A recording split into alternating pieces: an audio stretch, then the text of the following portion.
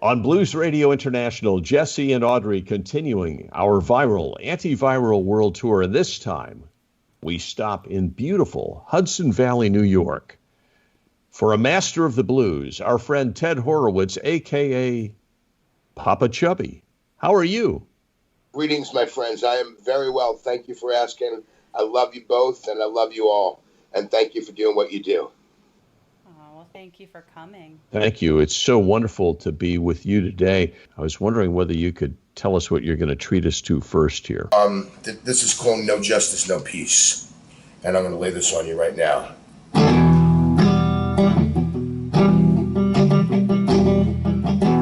You can't run with a boot on your neck. You can't scream when you got no air.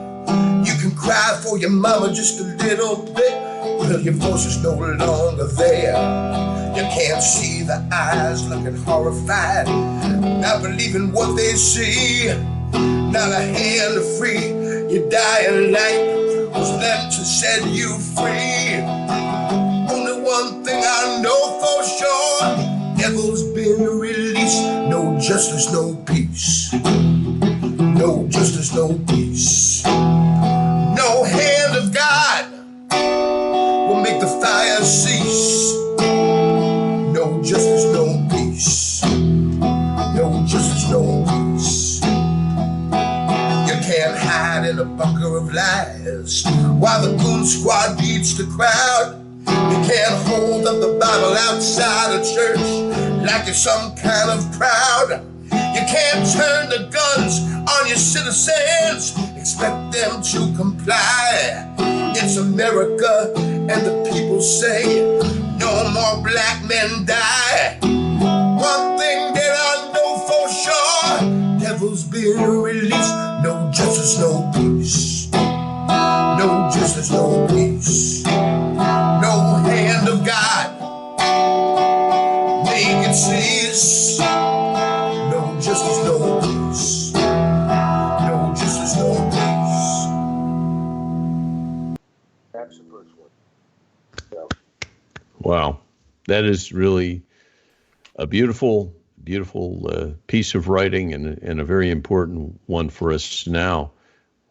What's it like in your home studio there as you sit for this extended period of time and you have the opportunity to be in one place for a fixed period of time of unknown duration? What's that like for a musician who's been on the road for 30 plus years? Can I be completely honest with you? Absolutely. I've never been happier in my life Oh. than I have in the last 3 months, and that's such a paradox. I've been on the road for 30 years. I bought this house 20 years ago, and in 20 years, if I've spent an entire year in this house in 20 years, it would have been a lot of time. So since March 16th, I've been home, and it's good to be home. Is that a dog in your lap?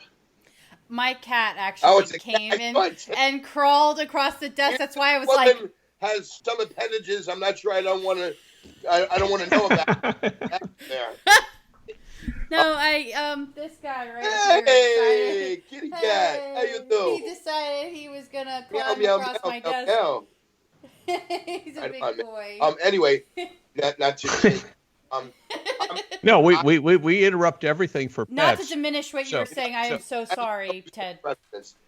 Animals and children take precedence. Anyway, I'm real happy. I've been remarkably creative. I've been churning out new songs, and I've been posting them, and they've all been very socially conscious songs, and I'm glad that's what's coming out. And again, I will say that I get a lot of diverse opinions from people on social media. Either people are way behind what I'm doing, or they say, you guys, you artists, and this is a common comment or reply I get, you artists should stick to your day jobs.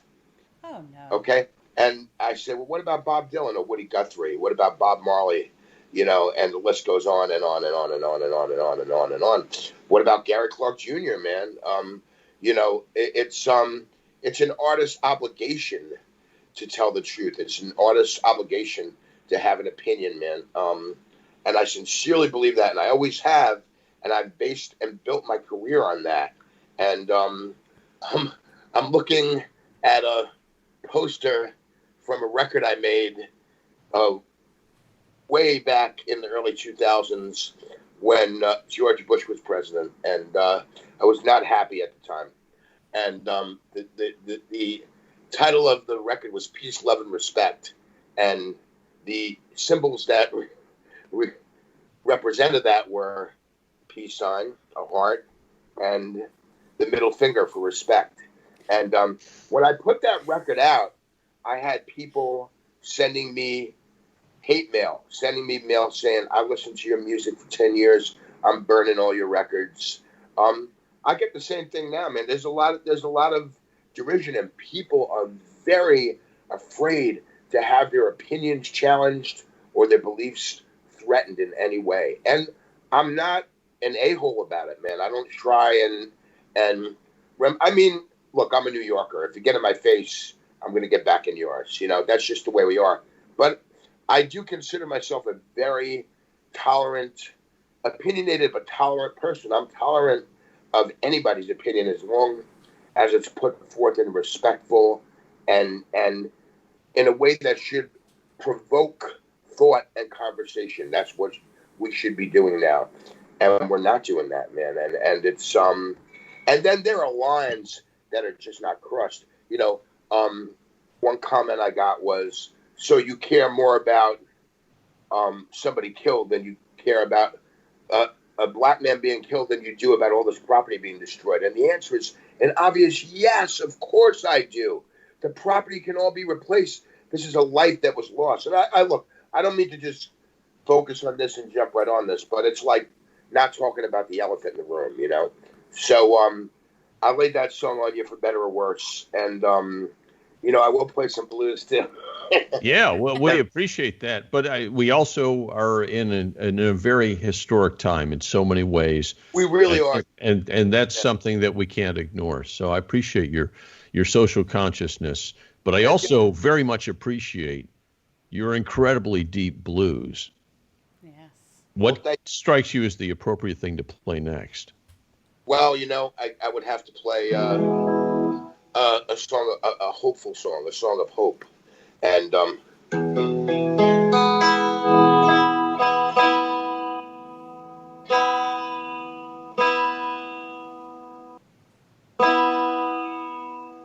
this is called here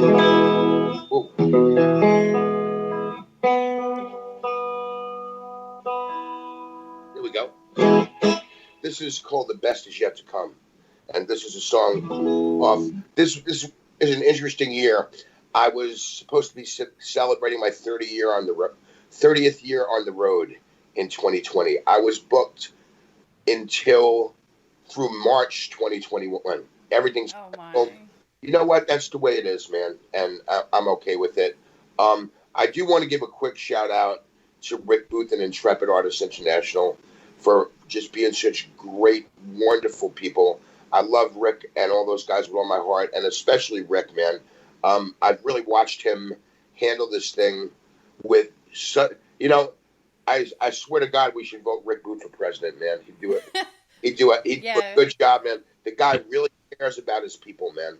And he's been a leader. He's been a great force in our community. Yes, he really has, and he's just a good guy, man.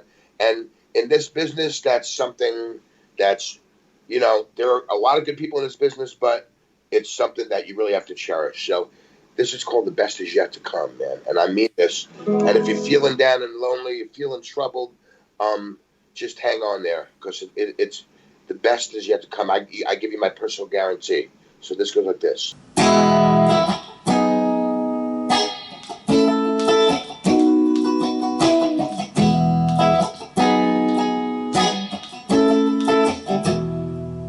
You're feeling down and lonely, feel you can't go on. I got something for you, baby, make your spirit strong. The road is dark and lonely, know it's dark and long. Sun is gonna shine again, gonna make your spirit strong. This is yet to come. This is yet to come. Don't give up before the magic comes. The best is yet to come.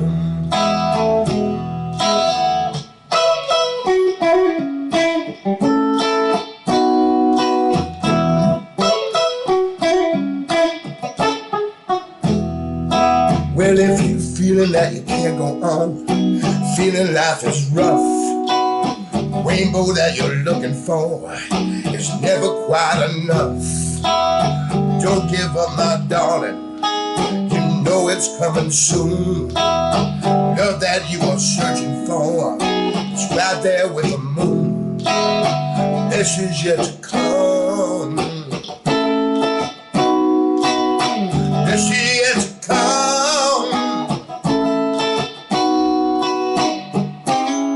Give up before the magic comes. The best is yet to come. Everybody hurts inside. Everybody cries. Let your darkness go.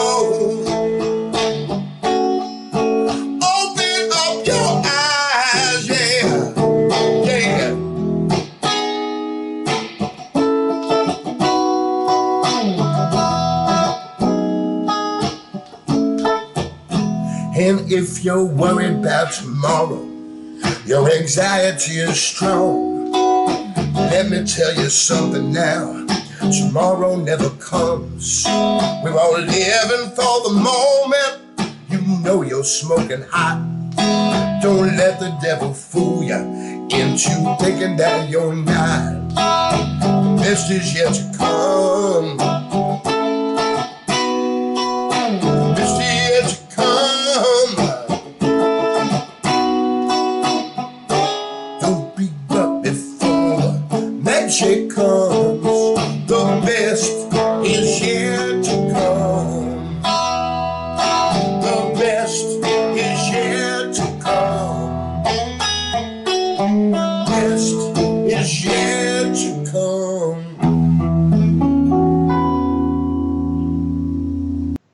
And that's a fact.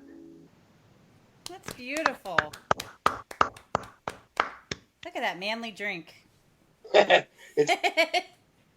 It's my skull mug. The only reason I use this cup is because it holds a whole pot of espresso. Oh my goodness. Which is the only way to start my day. Holy moly. Yeah. So, we were talking before we got started about your band cave that you've got there and that it's filled with guitars and gear and stuff that you've collected along the way. But I see you playing that guitar most of the time. It's remarkable, isn't it? I mean, what is the story there? I'll tell you the story. I have a good friend. His name is Big Ed Sullivan. He's a staple of the New York City blues music scene. He's hosted the same jam for 25 years in the Village. And he's been my friend for over 35 years. And he's had a lot of health problems. And I've helped him get back and forth to the hospital a bunch of times. And he called me once and asked me to help him bring some guitars down because he was going to sell them. And this was one of them. And I said, Ed, I'll just buy them from you. So I bought this guitar from him. And it's a 66 Fender Stratocaster. And when I bought it, it had all the finish on it. And as you can see, it now is completely played and bare. And it's my number one and pretty much my only. I mean, I have a lot of guitars, and I do play them. I use them for recording. I like playing them, but I always come back to this one, man. It's just, it's like a hand in a glove. So what is it about it other than the sentimental value? Mojo, baby. It's yeah. called Mojo, man. Serious Mojo, vibe for days. Yeah, that's it, man. It's like when you go into the guitar shop and the guy says, listen, man, I got this guitar. It's got serious mojo. What does that mean? Oh. Mojo. I once tried. I was producing an Italian band, and they were covering. They were trying to cover Hoochie Coochie Man. So I tried to explain to them what a mojo was, and then I also had to explain to them what John the Conqueror was. Oh boy! There's no translation in Italian for John the Conqueror. Well, the best way was the way they said John the Conqueror. I got it, John the Conqueror. So, blues isn't, like you guys know, the blues is international, man. Sure. It truly is. Very. It's a universal language, Yeah. I mean, it no matter what you flavor it. And it's amazing having traveled so much to see it, and also having started 30 years ago, to see how widespread it's become just in the last 10 years. I mean, in the last 10 years, the blues has really gotten international, man. And now, with the IBCs and stuff, it's so cool. It's really a beautiful thing, man. And so you said you've been playing blues for 30 years, or have you been playing music for 30 years? No, I've been playing music since I'm 16 and I'm 60. But I started the Poppa Chubby band in 1989, and I was playing blues. I was playing Muddy Waters songs and all the other blues that I loved, man. I was doing blues covers in clubs around New York, man. And then I started writing my own songs, and so I've been playing blues for 30 years. My own version, admittedly, maybe not your grandfather's blues, maybe not your father's blues, but definitely blues for all the people. And when I started, my first business card said Poppa Chubby, blues for all the people. And that's all I ever wanted to do, was make everybody happy. Well, I know your songs make me happy. Is there anything else you'd like to play for us today? Sure, let me do an old one for you, man. This is please. Kind of where it started for me, and we were talking about some really cool stuff before. So the best songs are usually written in 10 or 15 minutes. And right, just like that. This one was no exception. You have to allow the muse to rule your life if you want to be a songwriter. And the muse can be vicious sometimes, and the muse can be kind. And sometimes the muse is going to grab you and shake you, and sometimes the muse is going to caress you. This was a case where I was smitten. I was young and smitten and afraid beyond any chance to ever express my feelings for this beautiful woman who was a bartender in the club I played every Tuesday night. She was 6 foot tall. She was a honey blonde from Texas. And I just watched her from afar behind the bar every night as she scooped up suds and threw it out to me. Mesmerized. So I sat down. I was a little early to the gig once. And I sat down. It was a beautiful early summer day. And I hear somebody say, "Poppa Chubby, honey, move out of my way." And I turn around and it's her. It's her. It's the woman. And she has a keg of beer on each shoulder. And no way. To walk up 2 flights of stairs with 2 kegs of beer. Now, I can't say for sure these kegs were full, but I'm pretty sure they were. That's a woman. That's realness. And so I wrote this song for her, and this is the song that in 1995 got me signed to Sony OK Records, and I was very fortunate enough. The only reason I took the deal was because they offered the opportunity to work with Tom Dowd as a producer. So Tom Dowd produced this record and changed my life forever. And it's called Sweet Goddess of Love and Beer. So I'll do it. All right.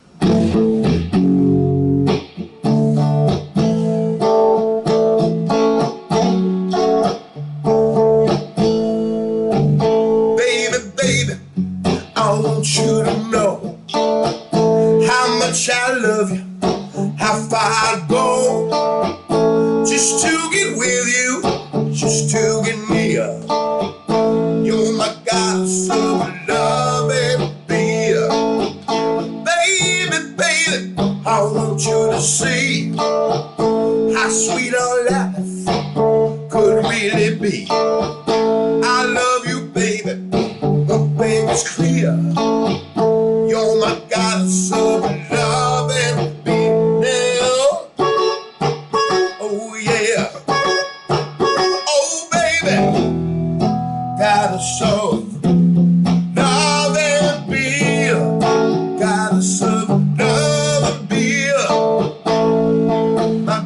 gotta $7 bill. Baby, baby, I'm down on my knees. Need your loving, gotta quench my thirst, please. Drink of your loving, make my pain disappear. You're my goddess of loving. Tell me now. Oh yeah. Oh baby, goddess of loving beer. Goddess of loving beer. My goddess of loving beer. My goddess of loving beer. You're my goddess of loving beer. Baby, baby, make no mistake. You leave me, girl, my heart's gonna break. Break for a day, baby, break for a year. You're my goddess of loving beer. Gotta help me now. All right. Oh yeah. Oh baby. Goddess of loving beer. Goddess of loving beer. My goddess of loving beer. My goddess of loving beer. My goddess of loving beer.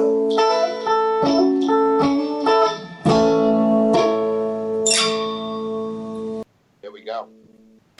I even gave you one of those at the end. I love that bit. Yeah. I don't do that for everybody. Aw, That's thank very, you. it's all very special. Does she know that you wrote this song about her?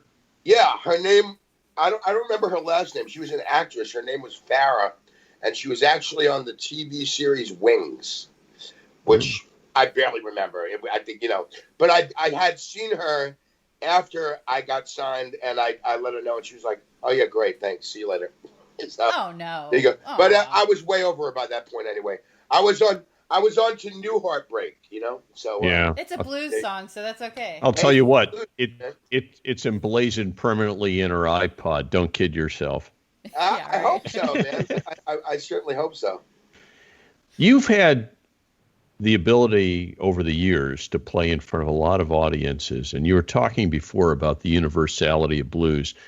I believed that when I started Blues Radio International in 2012, but I had no idea what was out there and how vibrant the blues scene is in so many parts of the world where I think folks in America would be quite surprised. Where have been the most interesting places that you found blues? Not only vibrant, but diverse. Well, one place that really sticks out is every year there's a festival in Mumbai, India, called the Mahindra Blues Festival.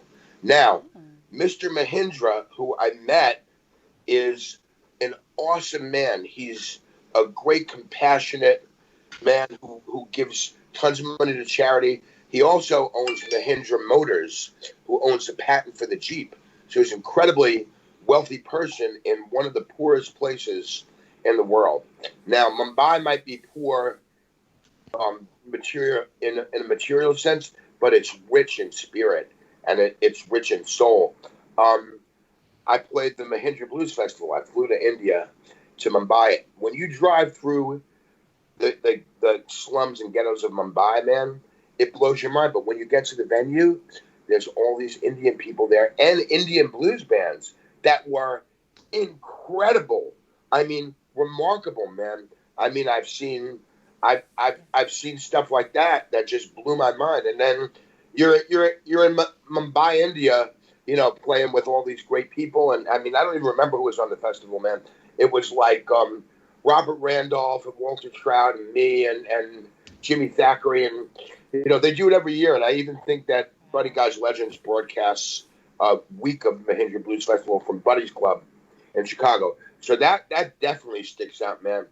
Going to Paris for the first time and being welcomed with open arms and France is my biggest market in Europe. And I was scheduled to play the Olympia Theater on March 11th this year.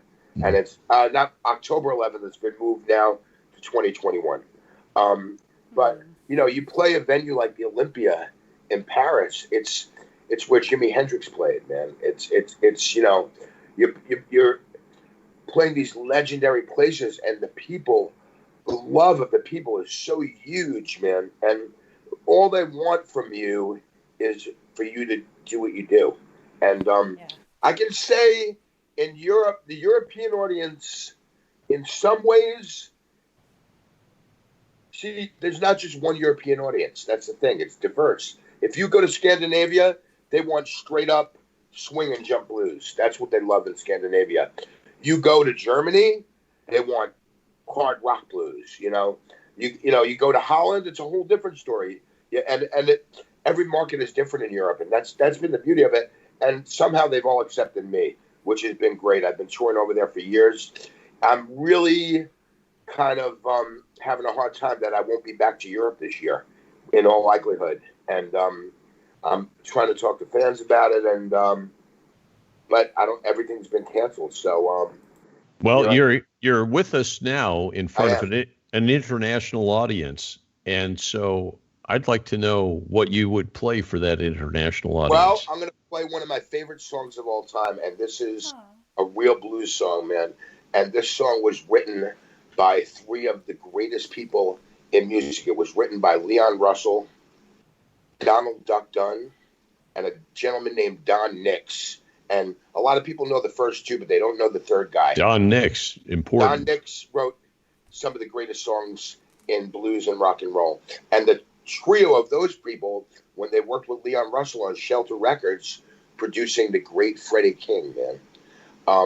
What Leon did for Freddie King, what to me was, and I have to say, not only Leon, at different periods in Freddie's career, Mike Vernon did a great job with Freddie King in the 70s when he did the Burglar record. But when Leon took Freddie in a real gut bucket, there are 2 or 3 records that Leon produced. One is called Getting Ready, and this next song is from a record called Getting Ready, and it's called I Got Them Same Old Blues. And this, to me, is one of the most beautiful songs because it doesn't have your standard blues changes. It has changes that are more like a standard song, almost as if Ray Charles or Hobie Carmichael would have written it, man.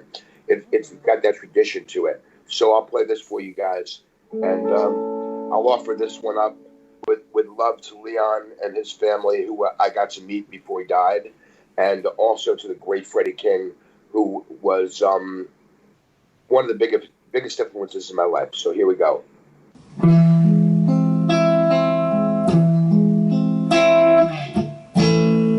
Morning rain on my shoulder,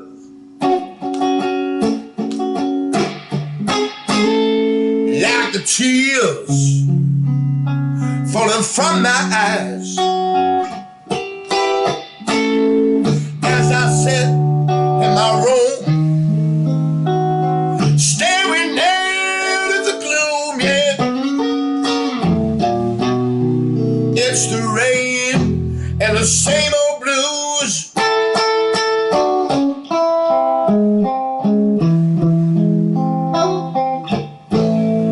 I can't help but remember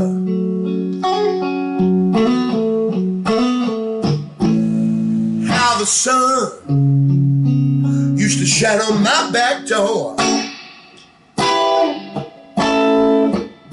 Now the sun turned to rain on my left and turned to pain. Yeah, it's the rain and the same old blues.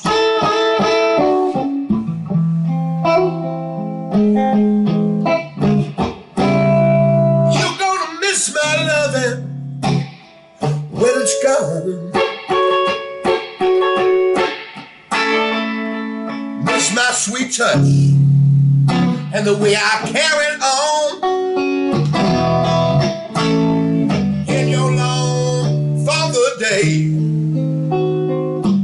before I went away. It's the rain and the same old blues.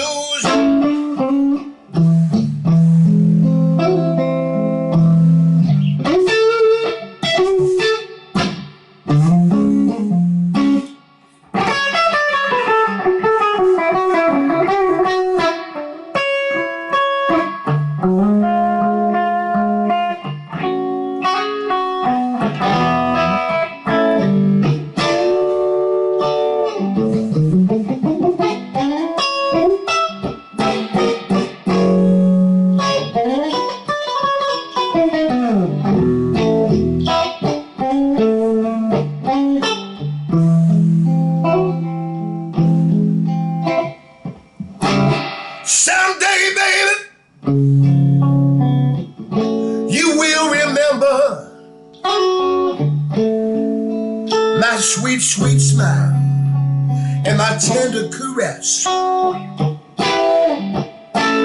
your long for the day before I went away. It's the rain and the same old blues. Just the rain and the same old blues. Just the rain and the same old blues.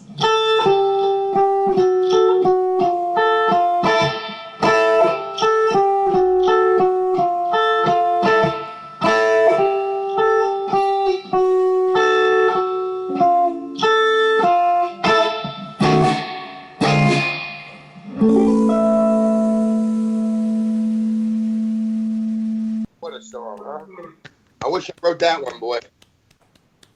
Yeah. Well, it's a rainy day here, but it definitely doesn't feel like it. I think it ever rained in Florida, but that's all right. Yeah. Yeah, It rains here all the time. you're not supposed to reveal that part. Oh, oopsie. So, did you find the blues or did the blues find you? Oh, the blues definitely found me, and it found me when I was just like the song says. The blues overtook me when I was just a little boy. My dad was a huge music fan, as was my mother, and I grew up in the Bronx on 181st Street and Arthur Avenue, which it was a scene right out of the movie A Bronx Tale. My parents owned a candy store on the corner of those two streets, and there was a jukebox in the candy store, and the guy would come every week and change the top 40 records. When he took the old singles out, he would give them to me. So by the time I was like 7, I had spindles full of 45s that would play it over and over again. And the music of the day was mostly blues and R&B based, man. It was a lot of Motown, a lot of Tamla, a lot of Stax Volt, man. So that stuff bit me early on. And then when I became a teenager, it was all the blues rock that was playing, everywhere, man. All the bands you guys know about, the Rolling Stones and Led Zeppelin and Cream, how a lot of white kids from the suburb came to the blues until an older guy turned me on to Freddie King and completely changed my world. And then later on, somebody said, you got to listen to B.B. King live at the Regal. And I heard that record, and I was like, holy cow. And then somebody gave me a Muddy Waters tape, a cassette, right, full of Muddy Waters stuff, and I put it on. And this wasn't about, and of course I had heard Muddy before, but I never really got into Muddy. Somebody gave, at the time I was listening to a lot of funk and R&B, man. I was listening to a lot of James Brown and Ohio Players and stuff like that. That was a lot of the stuff that was getting played around in the New York bar scene, stuff like that, and the usual rock and stuff like that. I heard this Muddy Waters record, and I said to myself, wow, these guys sound just like the Rolling Stones. Oh. Right?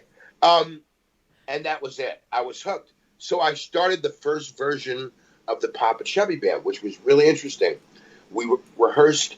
I lived on 6th Street and 1st Avenue in Manhattan in a one-room apartment, a one-room rent-controlled apartment. My upstairs neighbor roller skated in her apartment, in her one room, and I played guitar in mine, and nobody complained. And see, New York was always a very tolerant city. We had to be tolerant. We lived on top of each other. It was all cool, man, as long as nobody was cutting anybody or beating anybody up or robbing everybody. It was all good, man, And New Yorkers still have that mentality. Anyway, the first version of the Poppa Chubby Band, I had at that time met a guy named Adam Gussow, who you probably know from Satan and Adam, right? And this was long before Adam ever met Satan, and Adam and I started playing on the streets together. And we did that, and then when I had the first version of the Poppa Chubby Band, I wanted a harmonica player. So it was myself, Adam Gussow, a bass player and drummer who had moved to New York from L.A., who the bass player had been part of the whole, Laurel Canyon, Ricky Lee Jones scene and stuff, and a guitar player from New York named Simon Chartier, who was, to this day, is one of the most enigmatic, creatures in New York. He's now a surfer and lives in Rockaway. There's a big surf scene in New York, by the way, Rockaway now. But this guy was the best guitar player in the world. And Don Castagno, who for years played with Debbie Davies after he played with me. Who's also a good songwriter, by the way. Don's a great songwriter, and Don was really the guy who started the Poppa Chubby band with me.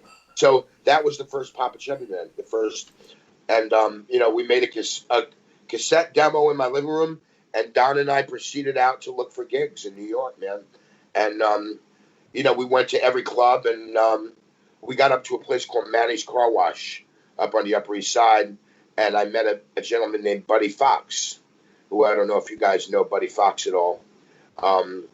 Buddy's been off the scene for quite some time, but Buddy Fox was maybe, in my humble opinion, the most important person in the New York blues roots and real music scene for 50 years. He originally booked the Village Gate.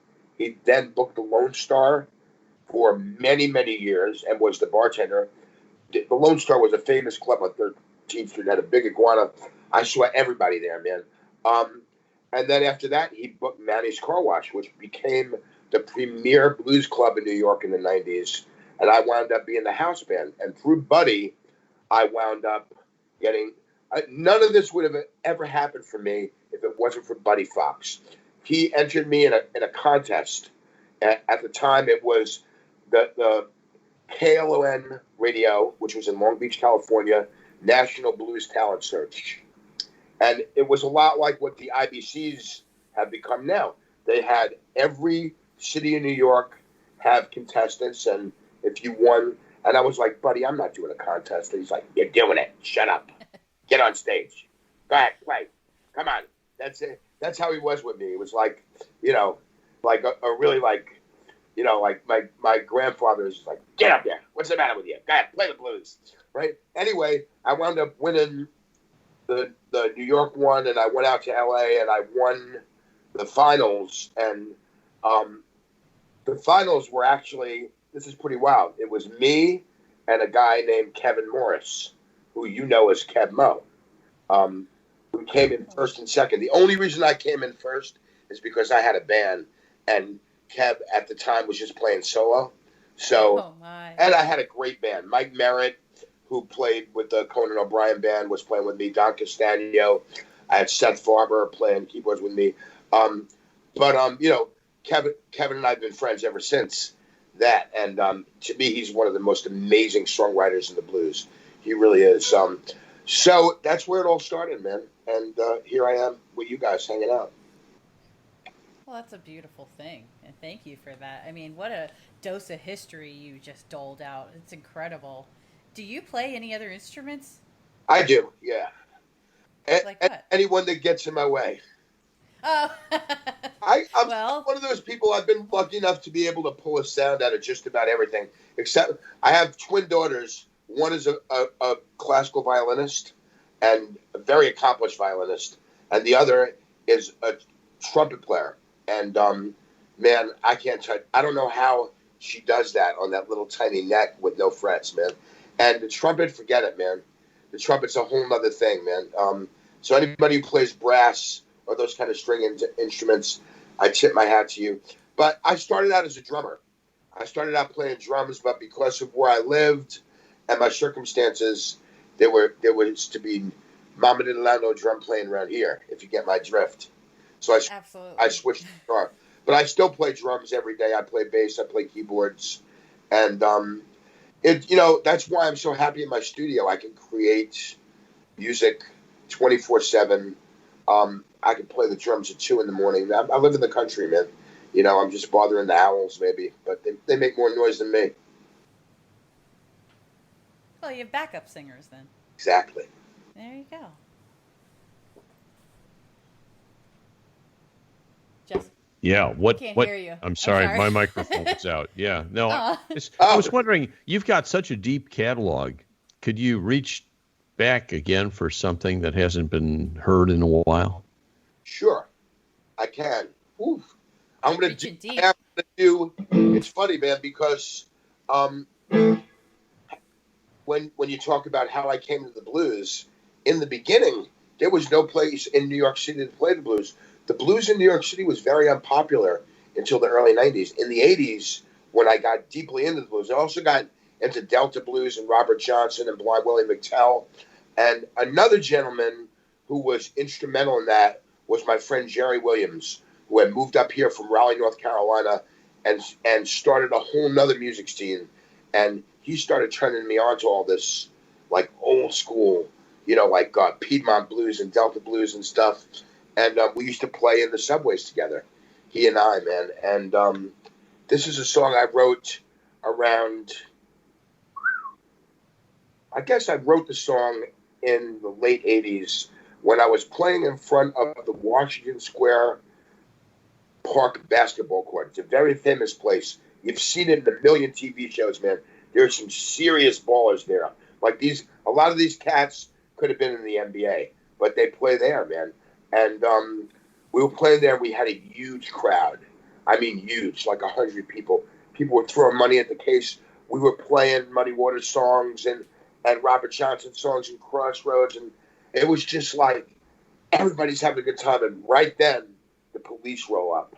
The crowd disperses. These cops come up to us and they say, there's two things. And this was under the regime of the notorious Rudy Giuliani. When Giuliani became mayor of New York, he decided that certain things were not going to be tolerated anymore in New York.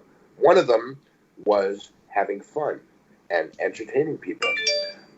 So they came up to us, and he actually told the police to crack down on people, crack down on street musicians, crack down on people hanging out, And the cops came up and said, here's the deal. We're taking your guitars. You give us any crap, you're going to jail. So they confiscated our guitars. Now, at the time, the guitar I was playing was a $99 pink BC Rich acoustic that I had bought at Sam Ash because it was the cheapest guitar there. Jerry, on the other hand, had a 1960 Gibson SG Les Paul, which now Jerry passed away. When he passed away, the guitar was sent to me. I now own his guitar. It's sitting right there in the rack, man. I play it every day. We had to go to the precinct first to try and reclaim our stuff, and we were told we had to go to court the next day in front of the judge. The judge told me that'll be a $250 fine. And I said, Your Honor, with all due respect, the guitar only costs $99, so why don't you keep it? That's exactly what I said. And case dismissed. I had no guitar. So this is called It's a Sad Day in New York City when there ain't no room for the blues.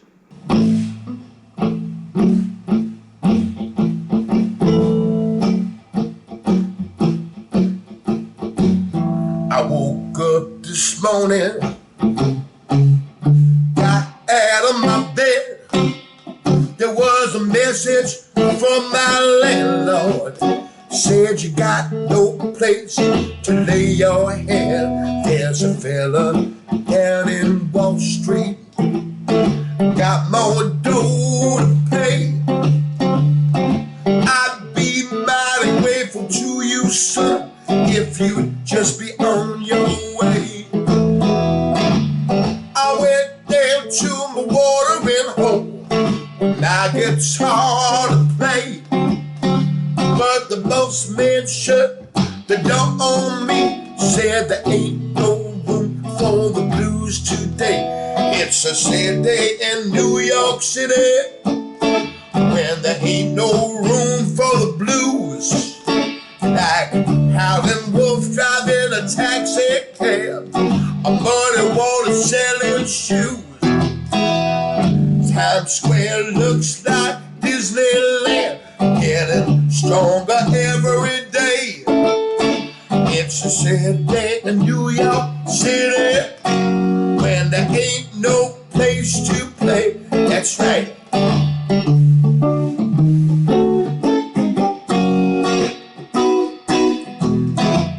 Oh yeah, it was rough, baby. We went down to the park and then we'd have a go.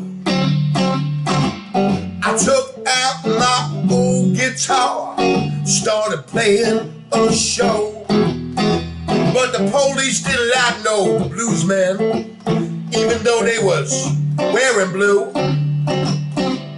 They took my guitar away from me, locked it in the stew. The judge said that's $200 if you want your guitar back. I said, with all due respect, Your Honor, stick it up Rudy Giuliani's crack. It's a bad day in New York City when there ain't no room for the blues. Like Howlin' Wolf driving a taxi cab, Muddy Waters selling shoes. You get 3 days for smoking marijuana. It's getting harder every day. It's a sad day in New York City when there ain't no place to play. Well, it's a sad day in New York City when there ain't no place to play. Give my regards to Old Broadway. Ain't no place to play.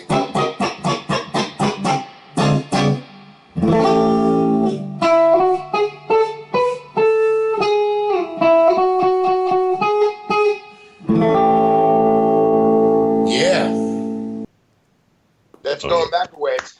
Yeah, we love it though. Yeah, love the history. Another piece of important musical history. Well, listen, street music was always really important in New York. That's how I got turned on to a lot of stuff.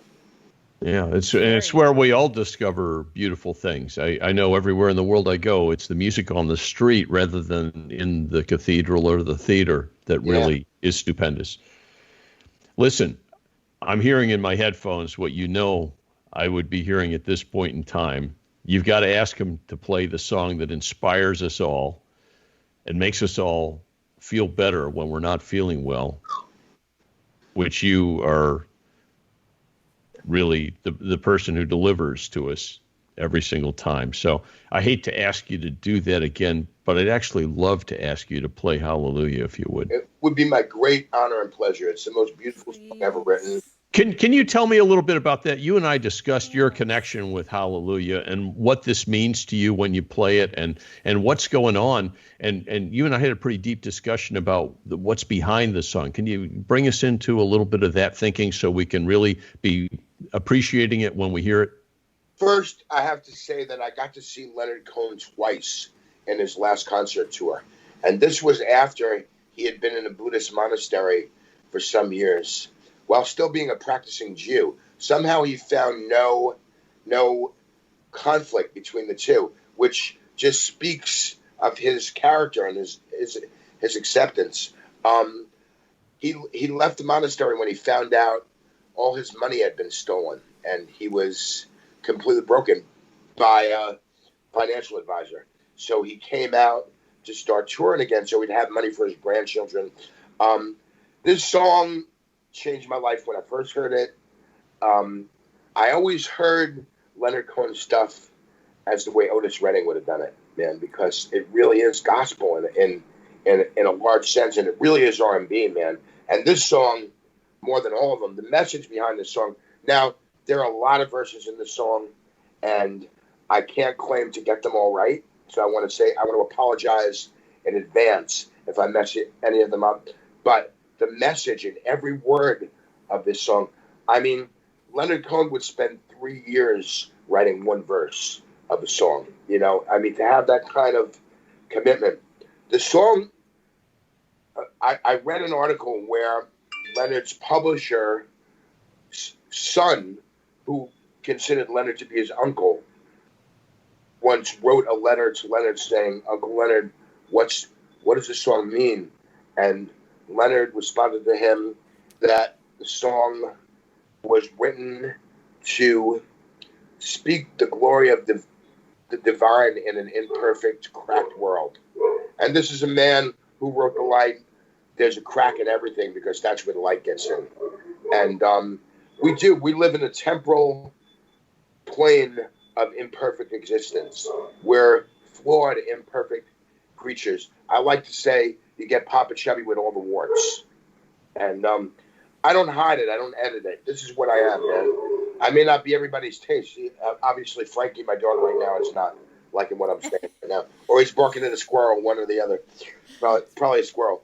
But it has to be a squirrel. This truly was... This is another song I just started doing off the cuff. And people just loved it. And I've become associated with it. And I think there are way worse things in life to be.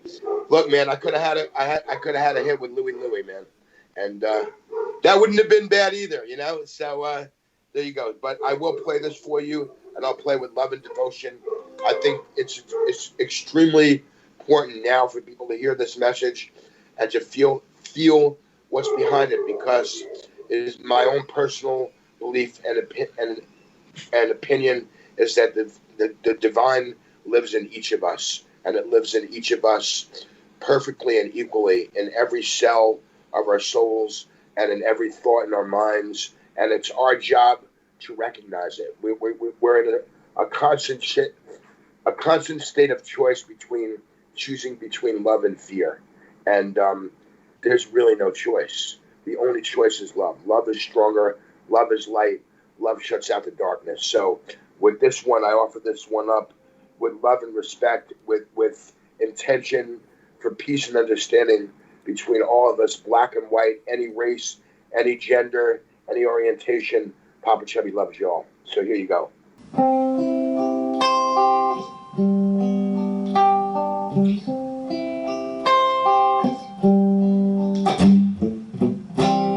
Say there is a secret chord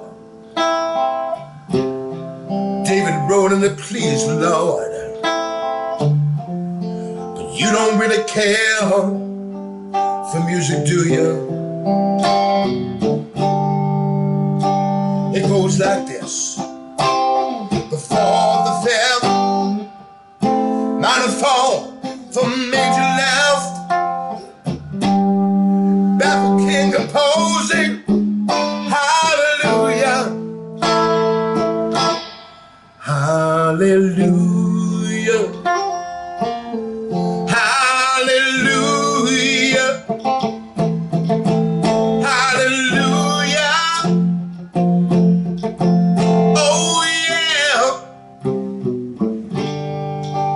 oh yeah.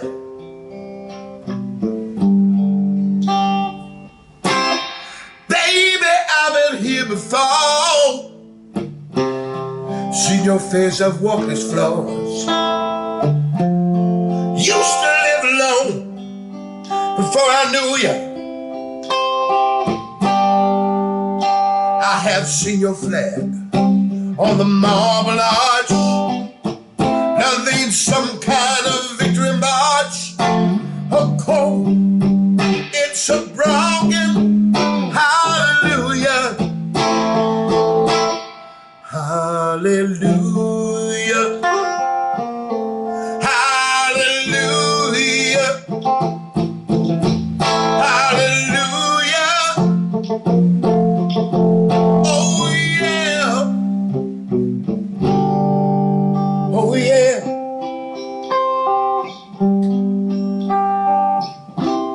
Said I took the name in vain. I did not even know the name.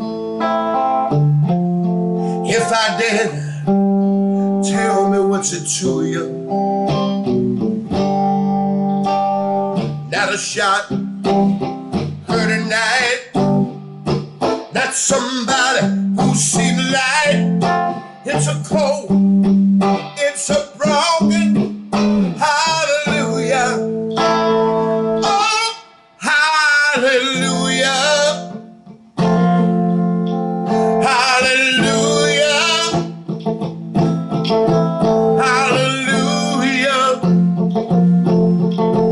Oh yeah. Maybe there's a God above. All I ever learned from love, how to shoot at someone who who outdrew you. And even though it all went wrong, stand before the God of song, nothing in my soul but hallelujah, hallelujah, hallelujah, hallelujah, oh yeah, hallelujah, hallelujah, hallelujah,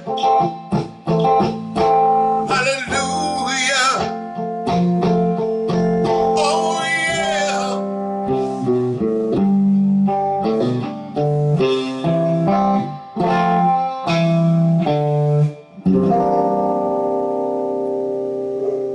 There you go, the most beautiful song ever written. I think most everyone. Emotions. And, thank you, Ted, for taking the time with us today, because, you've given us history, you've given us great music, you always bring an incomparable sense of humor and a lot of compassion and humanity. It's a joy to be with you, and you inspire us. Same to you, and you too, Audrey. Oh, thank you. Well, we love you, and give our love to Mary Beth, and we will hope to be seeing you again, either this way or hopefully in person very soon. Oh, person soon, right? Oh my gosh, I hope so. We'll look for that. Thank you for doing what you're doing. Keep it up, and let's keep fighting the good fight and make the world a better place to live in. We'll do it. Hey, one song at a time. Okay. Amen. We love you. Thank you. Right on. Bye-bye. Bye. Bye, Ted. Hello, this is Audrey Michelle, and you are listening to the Blues Radio International podcast.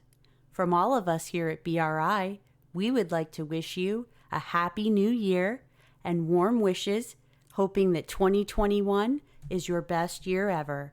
Thank you for listening to Blues Radio International. Hi there, it's Jesse Hey, it's Audrey. from Blues Radio International, and we're here today to ask you to join us in supporting the Blues Foundation's Musicians COVID-19 Relief Fund.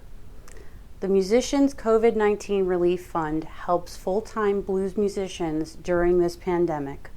If you're a musician in need of assistance or you would like to make a contribution to this cause, please visit blues.org. Join us today in supporting the Blues Foundation's Musicians COVID-19 Relief Fund. Thank you. Thank you.